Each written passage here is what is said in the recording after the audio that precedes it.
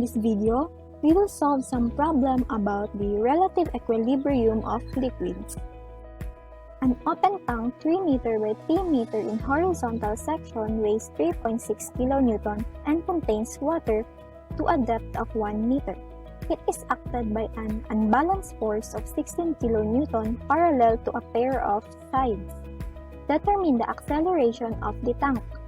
What must be the height of the tank so that no water will be spilled out?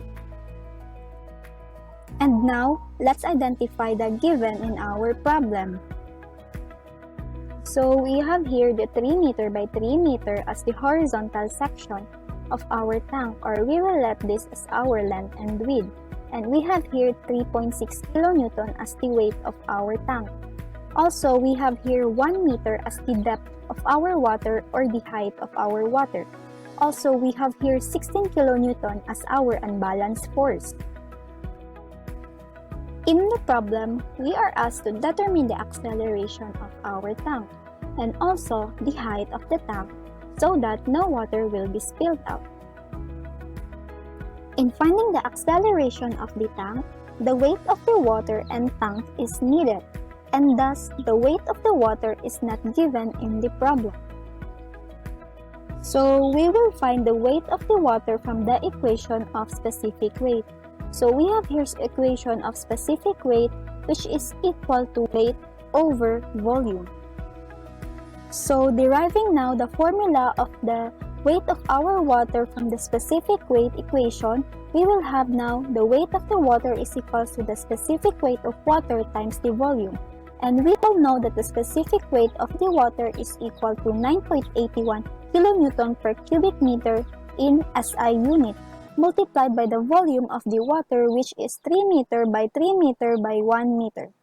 And now, plugging this in calculator, we will now have the weight of the water, which is equal to 88.29 kN. And now, let's find the total weight, which is equal to the weight of the water plus the weight of the tank. So we have now the weight of the water, which is equal to 88.29 kN plus the weight of the tank, which we have 3.6 kN. So calculating this will result to 91.81 kN. So now we can solve now the acceleration of our tank by using the formula of the force, which is force is equals to mass times acceleration. And also the formula of our mass is equals to weight over gravity due to acceleration. And now we have now the force is equals to weight over gravity due to acceleration times acceleration, which is unknown. So plugging now the given values into our equation, we will now have the force, which is 16 kN, is equal to 91.89 kN as our weight, all over 9.81 meter per second squared as the gravity due to acceleration multiplied by acceleration. And now plugging this in the calculator, we will now have the acceleration of the tank, which is equal to 1.71 meter per second squared. And now let's solve the height of the tank so that no water will be spilled out. So we have now the diagram where the tank is tilted. So in order to find the height of the tank, which is this, we will now find first the D, which is the distance from the top edge of our tank from the surface of our water. So since there will be angle formed from the given depth of the water and due to the tilt of our water, we will use this formula in finding the D. So we have now tan theta is equals to A over G. So now from the angle form, which is this, we will now have the tan theta as our TOA, which is opposite over adjacent.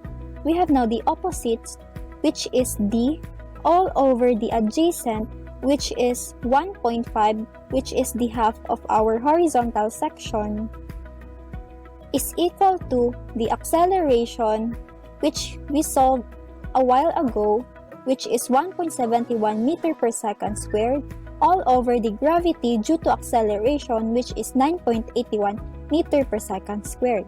So plugging this in calculator, we will now have the value of our D. So we will now have 0.26 meter. So in order to find the height of the tank so that no water will be spilled out, we will now add the depth of the water plus the D. So we will now have 0.26 plus 1 meter. And by that, we will now have the height of the tank wherein no water will be spilled out, which is 1.26 meter.